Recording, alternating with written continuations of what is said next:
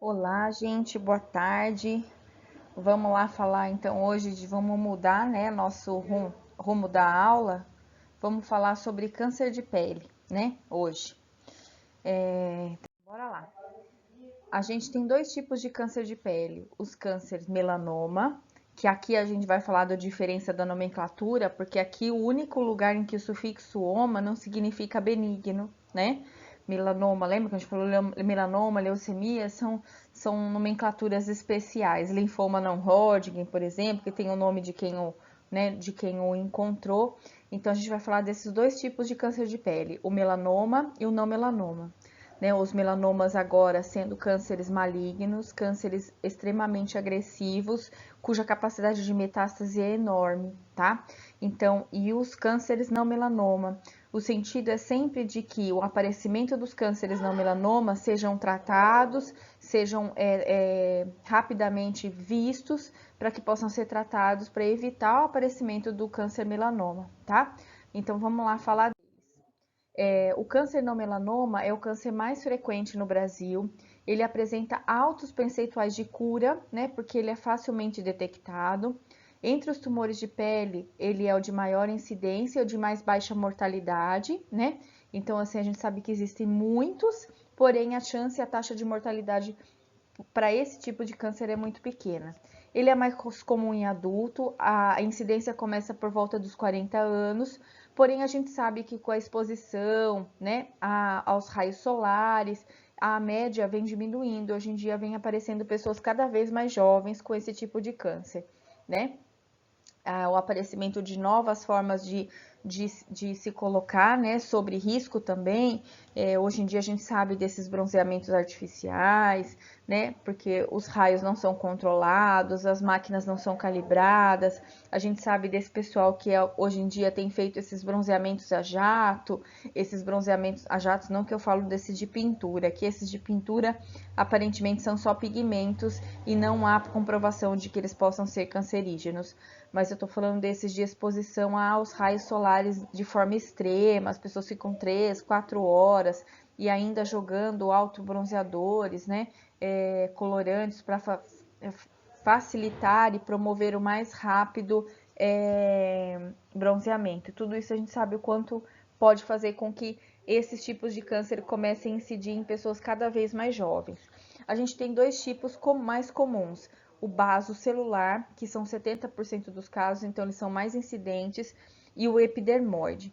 Qual que é a diferença deles? Os dois acontecem na camada superficial da pele, né? O basocelular, ele tem um caráter mais ulcerativo, então ele aparece mais úlcera, e o epidermoide, ele é de 25% dos casos, porém ele tem um caráter mais infiltrativo, né? O epidermoide pode crescer e vegetar para estruturas mais profundas da pele. Então, por isso, os dois devem ser tratados, os dois devem ser retirados. Vamos ver mais um pouquinho para frente.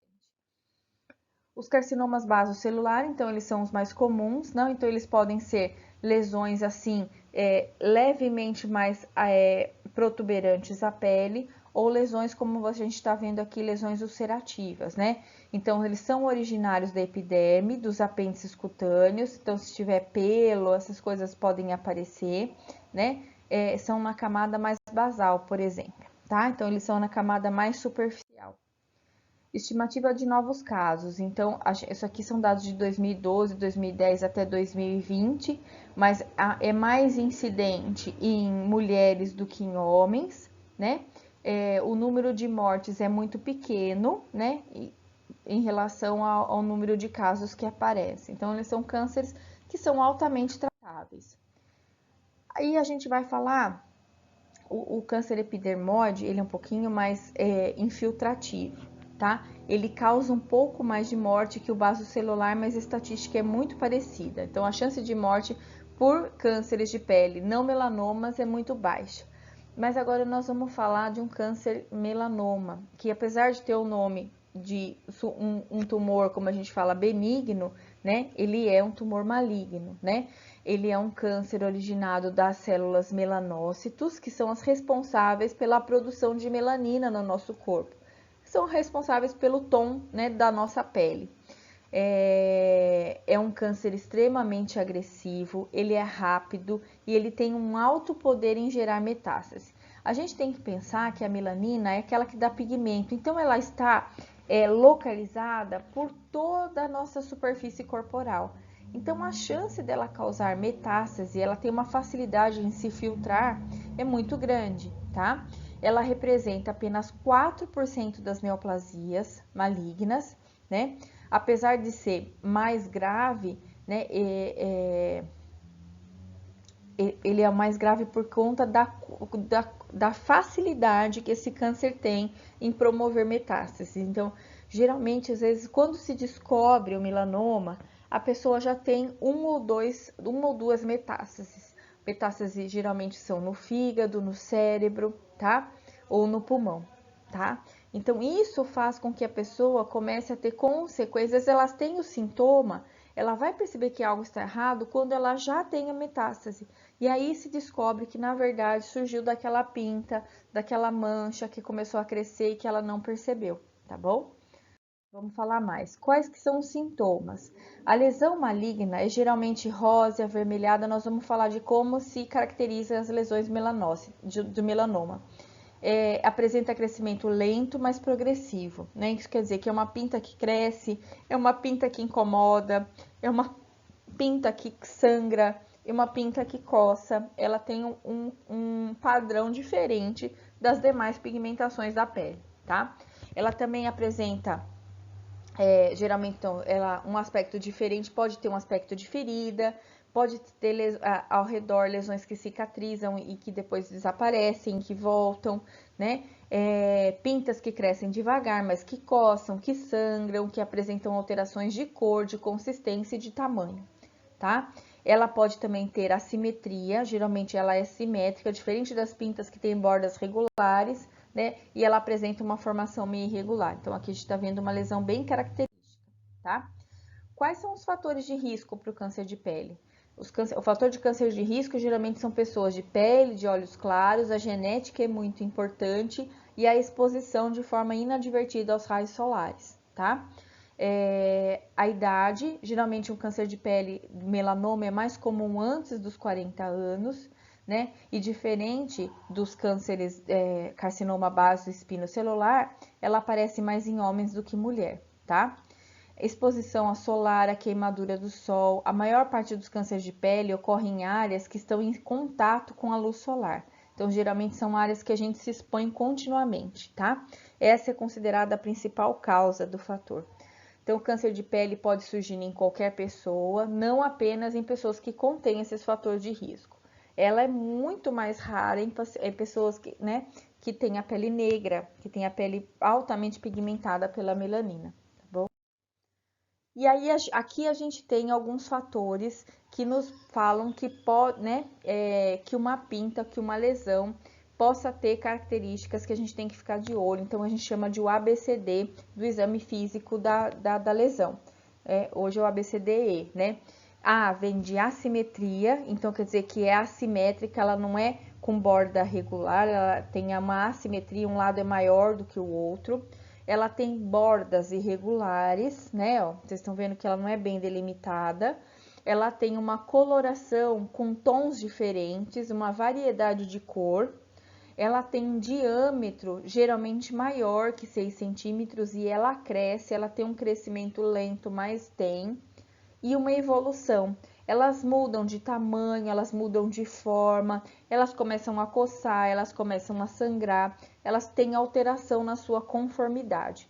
Então, esse é o ABCDE do diagnóstico de lesões de pele, tá? E aí, é importante dizer que quando a gente se expõe ao sol, que talvez seja o maior fator de risco, né? É claro que as irradiações também têm um papel importante, né? Eu vou deixar um documentário sobre Chernobyl e Césio para vocês olharem, né? Que tem tudo a ver com o que a gente está relacionando. Vou falar para vocês do albinismo, que é uma doença de pele diferente do câncer de pele. Vou deixar um documentário para que vocês assistam, porque as pessoas confundem muito. Às vezes vê uma pessoa que tem um albinismo, que é a ausência da pigmentação da pele, que é a ausência da produção de melanina, e confundem isso com câncer de pele, quando na verdade não é, tá? Então, eu vou deixar um documentário para que fique bem claro essa grande diferença do que é câncer de pele, do que é albinismo, né? Ou outro tipo de lesão. Quando a gente fala de raios UVA e UVB, eu vou comprar um fotoprotetor que tenha proteção contra UVA e UVB, eu estou pensando em tudo isso. Ó. O que são os raios UVAs? Os raios UVA são aqueles que incidem mais profundamente. Eles são responsáveis pelo envelhecimento da pele, né? Pelas manchas, pelas rugas, né? A radiação do dia todo, ela aumenta o risco do câncer de pele. Então, os raios UVA são aqueles que me preocupam mais quando se trata de câncer de pele.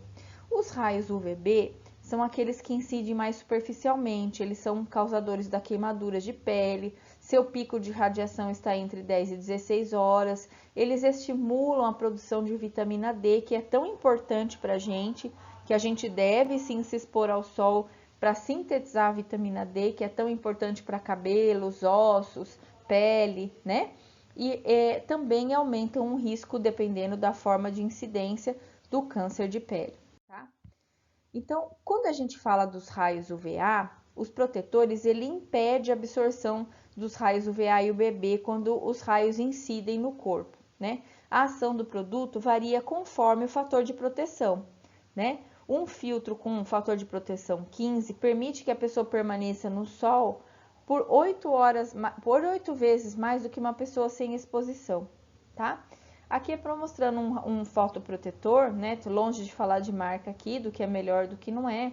O fator de proteção indica a proteção solar contra queimaduras causadas, né? Aos raios solares. Então, aqui é o fator de proteção. E aqui, a proteção dos raios causam manchas na pele. Então, aqui, fator UVA e fator UVB, né? Então, quanto eles protegem? Geralmente, esse fator UVA, ele é metade do fator de proteção, tá? Geralmente. Se o fator está colocando a mais, ele está muitas vezes mentindo para a gente, tá? Então, os UVAs, ele alcança a camada mais profunda, mais interna da pele, enquanto os UVBs, a parte mais externa. Os UVBs, eles estimulam a dilatação dos vasos, formando a vermelhidão, a ardência, né? E os UVAs estimulam o melanócito, a produtora da melanina, responsável pelo bronzeamento, tá? Então, por isso que a gente usa o fator de proteção. E por isso que o fator UVA geralmente é metade, né? Então, por isso que a gente fala assim, vou comprar o 15, porque eu quero me proteger. Eu não posso esquecer que o fator de proteção UVA é metade do 15, né? Então, em quanto tempo eu vou me expor? É claro que o tempo de exposição é importante, né? O horário que a gente vai se expor a esse sol também é super importante. Aqui, vitamina D. Onde a gente consegue vitamina D, né? Pelo sol, que é fundamental para absorção. O ideal é que a gente tome sol em braços, perna, pescoço, tronco. Essas são as áreas que a gente deveria tomar sol. Em que horário? Né? Antes das 10 da manhã, né? De 15 a 20 minutos, no mínimo 3 vezes por semana. É recomendável que a gente tire, né? Usar camiseta, né? Usar bermuda. Não devo, nesse momento, usar protetor solar, eu tô dizendo só nesse momento, por 10 minutos, para a gente fazer a síntese. Alimentos que são responsáveis, né, também por 10% da vitamina D. Leite, ovos, peixe, água, salmão, né, são fontes da vitamina D. Suplementos são indicados para idosos, para pessoas que tenham dificuldade de se expor ao sol. Tá? Então, eu tô falando de dois conceitos importantes. A gente precisa do sol? Sim, precisamos. É importante para a nossa saúde, né? A vitamina D que foi tão falada agora nessa época do coronavírus, né? Que as pessoas deveriam ter um aumento, apesar de estudos incipientes, mas o fato de estar, né? De ter uma concentração de vitamina D no nosso organismo é importante para todos os processos, tá bom?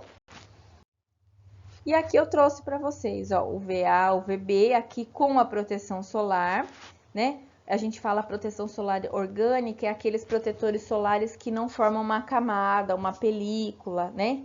E alguns protetores solares que formam aquela camada esbranquiçada na pele. Elas geralmente refletem os raios. A gente tem Os raios têm mais dificuldade, a gente chama disso protetor inorgânico, que é aqueles que têm o óxido de zinco, aqueles que ficam com aquela camada esbranquiçada na pele, tá? Isso aqui é só para mostrar. A gente tem alguns mitos e verdades com relação a protetor solar, que a gente vai deixar um quizinho aí para vocês pesquisarem durante... vai ser a nossa atividade dessa semana, tá bom? Um abraço para todos, né? Essa aula é bem rapidinha, mas para falar dessa importância. Então, quando a gente fala do melanoma, né, a gente tem que pensar em casos graves, em casos em que a pessoa tenha metástase, e é tudo isso que a gente quer evitar tratando as lesões de pele o quanto antes possível, tá bom? Um abraço para todos vocês, até semana que vem.